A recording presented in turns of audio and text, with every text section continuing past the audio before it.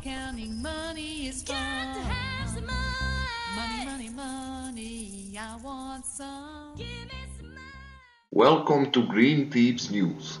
Vítajte. Vítame všetkých, ktorí si zapli toto video. Tak po včerajšom ďalšom úspešnom analyzovanom zápase sme si na dnes pre vás pripravili ďalšie rozobrané zápasy. Prvým zápasom na dnes bude zápas holandskej Eredivízie, a to zápas medzi Heerenveenom a Ajaxom.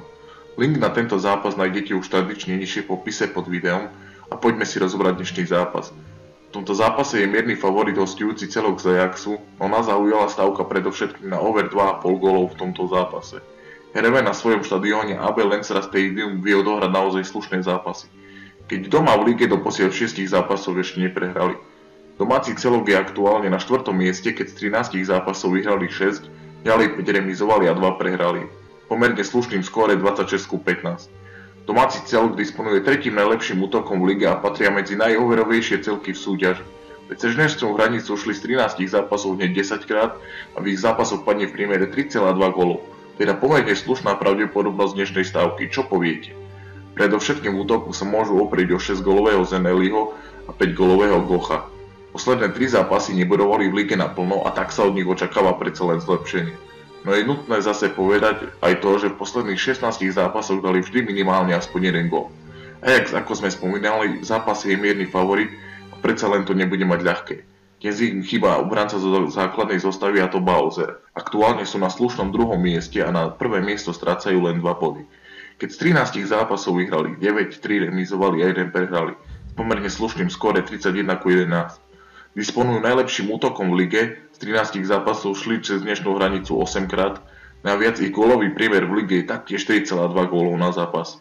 Aj keď sú mierny favorit, no predsa len môže byť u nich badateľná aj únava, keď štvrtok odohrali ešte náročný zápas v Európskej lige s Panathinaikosom. Ajax dal minimálne vždy aspoň gól v 44 idúcich zápasoch po sebe. Ajax disponuje kvalitnými útočníkmi, či je to 8-gólový Dauberg, alebo 7-gólový Klasen, či 4-gólový Traore, alebo 4-gólový Zajch. Aj v ich vzájomných zápasoch to pomerne gólovo padalo. Dnešná hranica padla z posledných 6 zápasov hneď 5 krát. Plus malé perličky. Heerenveen doma ešte neprehrali. Zo 6 zápasov 3 vyhrali a 3 remizovali so slušným skóre 11:6. A doma dajú v priemer takmer 2 góly na zápas a dostanú 1.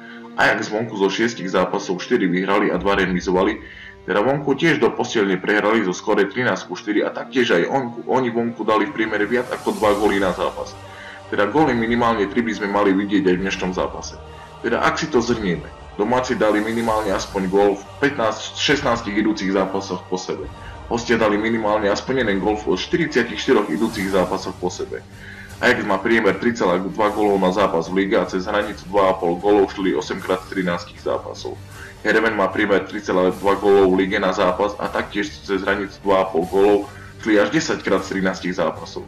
Obe celky disponujú kvalitnými hráčmi smerom dopredu a sú aktuálne v slušnej forme.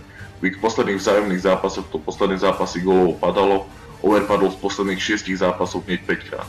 Táto hranica nás milo prekvapila a fair by sme ju videli asi aj o gól viac v tomto kurze. Teda naša stávka znie over 2,5 gólov v dôvere 8 z 10 v kurze 1,7 v stávkovej kancelárii Bet365. Ak sa vám dnešné video páčilo, nezabudnite dať like, zdieľať a prihlásiť sa na odber, aby ste nepremeškali žiadne dôležité informácie na našom YouTube kanáli. S pozdravom, The Green Tips News.